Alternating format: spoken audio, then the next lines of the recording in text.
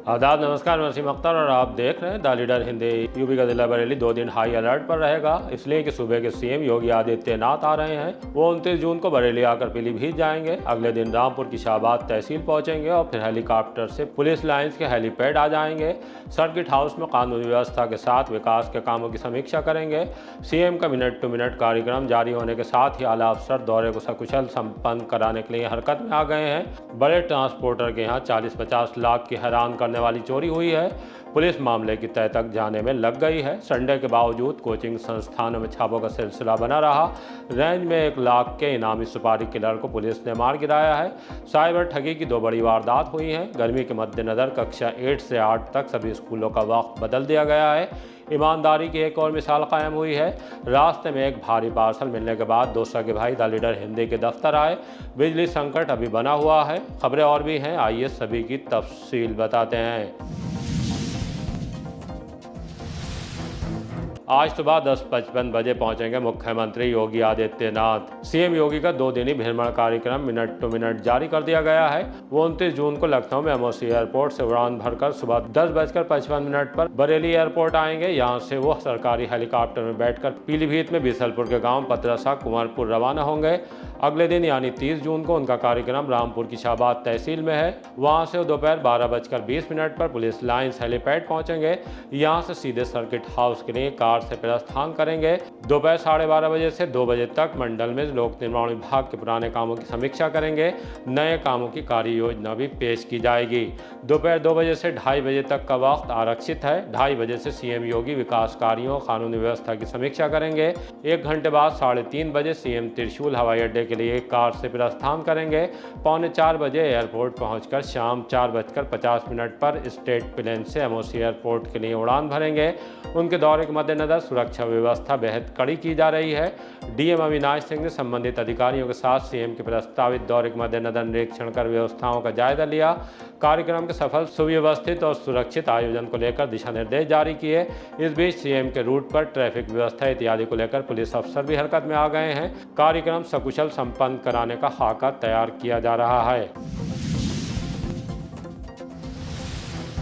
अब तक उतारे जा चुके 324 लाउड स्पीकर।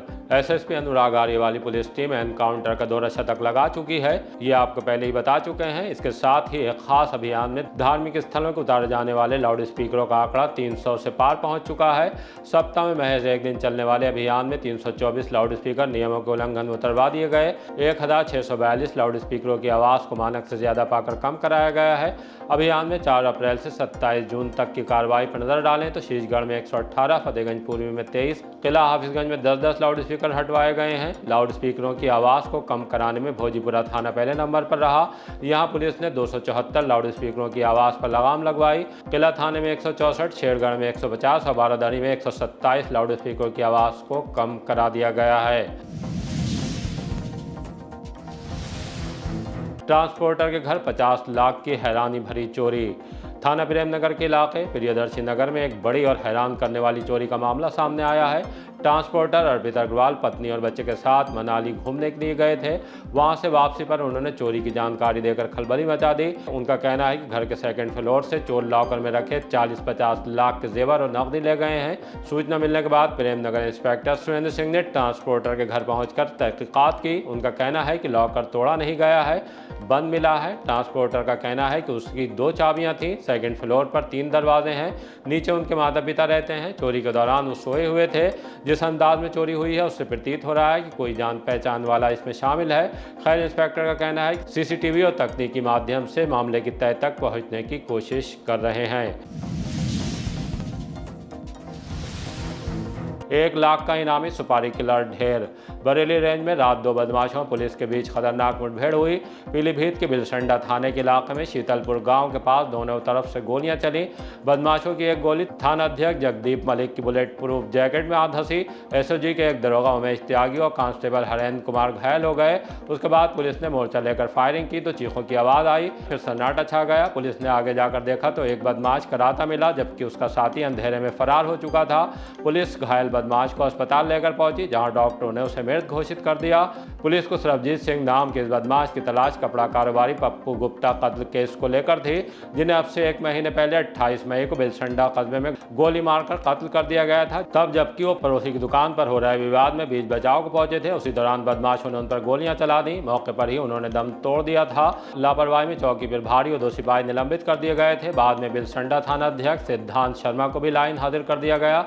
पुलिस तफ्तीश में साफ हुआ कि कारोबारी पंकज कटियार को धमकाने के लिए बदमाश सुपारी देकर उनके ससुर रमेश चंद कटियार ने भेजे थे। सुपारी सरबजीत को दी गई थी, जिसके हाथ नहीं आने पर डीआईजी अजय कुमार सानी ने 50,000 और एडीजी जोन रमित शर्मा ने 1 लाख का इनाम घोषित कर दिया था। सरबजीत लखीमपुर खीरी के उचौलिया थाने के इलाके का रहने वाला है। उसके कब्जे से सेमी ऑटोमेटिक पिस्टल, तमंचा और कारतूस बरामद हुए हैं। इस बारे में और ज्यादा जानकारी के लिए आइए आपको डीआईजी अजय कुमार सानी के पास लिए चलते हैं। पीलीभीत में 28 मई को शाम को 5 बजे एक कपड़ा व्यापारी थे जिनको एक घटनाक्रम में गोली लगी थी। उनको गोली मारकर उनकी हत्या की गई थी। इसके क्रम में 8 अभियुक्तों की पूर्व में गिरफ्तारी हो चुकी थी और एक अभियुक्त सर्वजीत था, जिस पर मेरे द्वारा 50,000 रुपये का और एडीजी जोन महोदय द्वारा 1 लाख रुपये का इनाम घोषित किया गया था। और इसके लिए एसपी पीलीभीत के नेतृत्व में एक टीम गठित की गई थी।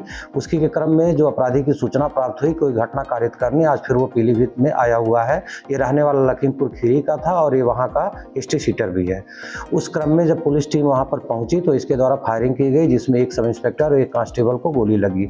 जवाबी फायरिंग में उसको गोली लगी, जिसमें अभियुक्त घायल हुआ और इसके पास से एक कंट्री मेड पिस्टल 315 बोर की और एक 32 बोर की पिस्टल और भारी मात्रा में कारतूस बरामद किया गया। इसका एक साथी मौके से फरार हुआ। इसको तुरंत हॉस्पिटल ले जाया गया और वहाँ पर इसको डिस्ट्रिक्ट हॉस्पिटल रेफर किया गया। इलाज के दौरान इस अपराधी की मृत्यु हो गई है और अग्रिम कार्रवाई इसमें सुनिश्चित की जा रही है और इसके साथ जो अभियुक्त एक और था उसकी खोजबीन की जा रही है।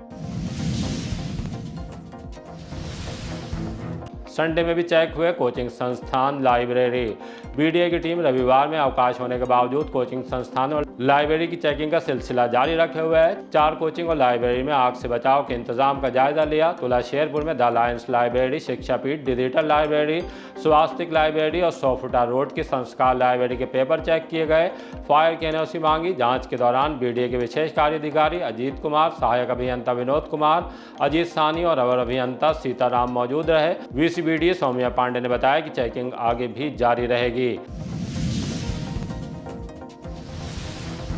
बैंक अधिकारी बनकर खाते से उड़ाए 8 लाख। कोतवाली में सिविल लाइंस के एक अपार्टमेंट में रहने वाले शख्स साइबर ठगी का शिकार हो गए। उन्होंने मुकदमा दर्ज कराने के लिए पुलिस को तहरीर दी है। बताया है कि उनके मोबाइल पर व्हाट्सएप कॉल की गई। कॉल करने वाले ने खुद को बैंक अधिकारी बताया। कहा कि मोबाइल बैंकिंग में आ रही समस्या का समाधान करना है। मोबाइल पैन नंबर, आधार का स्क्रीनशॉट मांगा। कुछ ही देर बाद इंडसइंड बैंक के संयुक्त खाते से 4 अलग ट्रांजैक्शन में 2-2 लाख कुल 8 लाख रुपए निकालने का मैसेज आया। ठगी का पता चलते ही उन्होंने बैंक से संपर्क कर खाता होल्ड कराया, लेकिन तब तक रकम साइबर ठग निकाल चुके थे। राष्ट्रीय साइबर हेल्पलाइन नंबर 1930 पर शिकायत दर्ज कराई और साइबर क्राइम थाने में तहरीर देकर ठगी पर कानूनी कार्रवाई की मांग की है।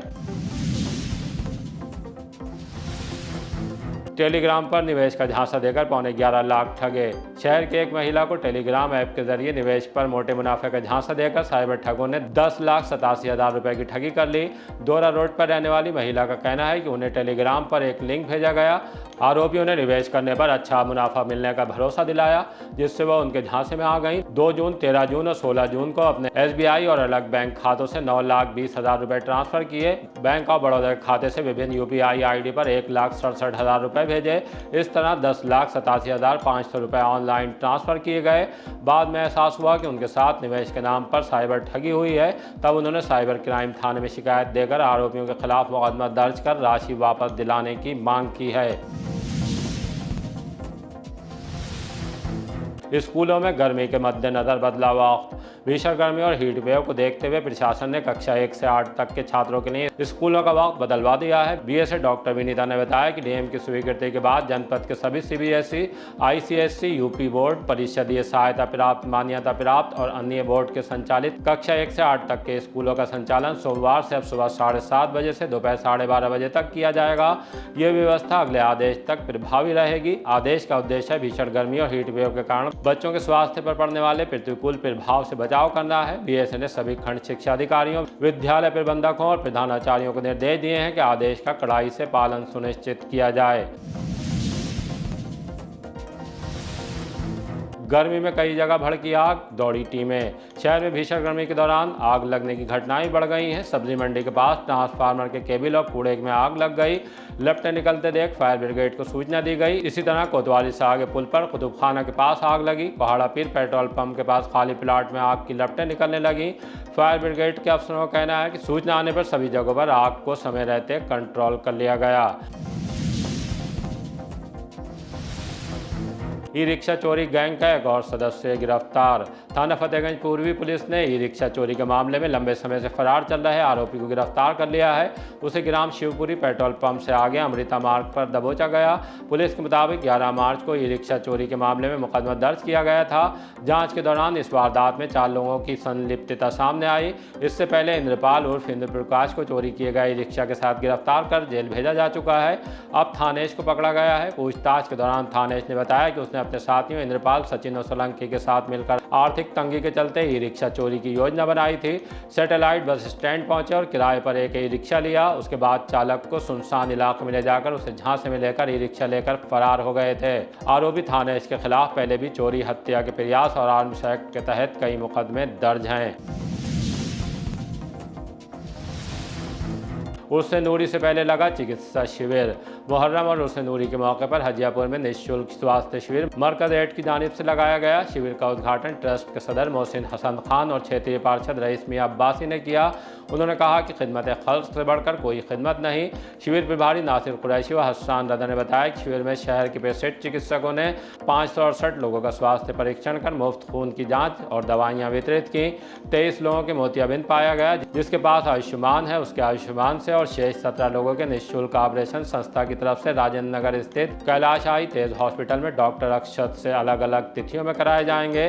शिविर में doctor Sanjeev Kumar, sugar, thyroid, सांस, गंभीर रोग, डॉक्टर अक्षत बास, नेत्र रोग, डॉक्टर शारिक सिद्दीकी, दंत रोग, डॉक्टर अबू सईद, नाक कान गला, डॉक्टर फहीम नासिर, स्त्री रोग, doctor Sudhir Yadav, general physician, doctor Mohammad Afroz physiotherapist ने अपनी सेवाएं दी।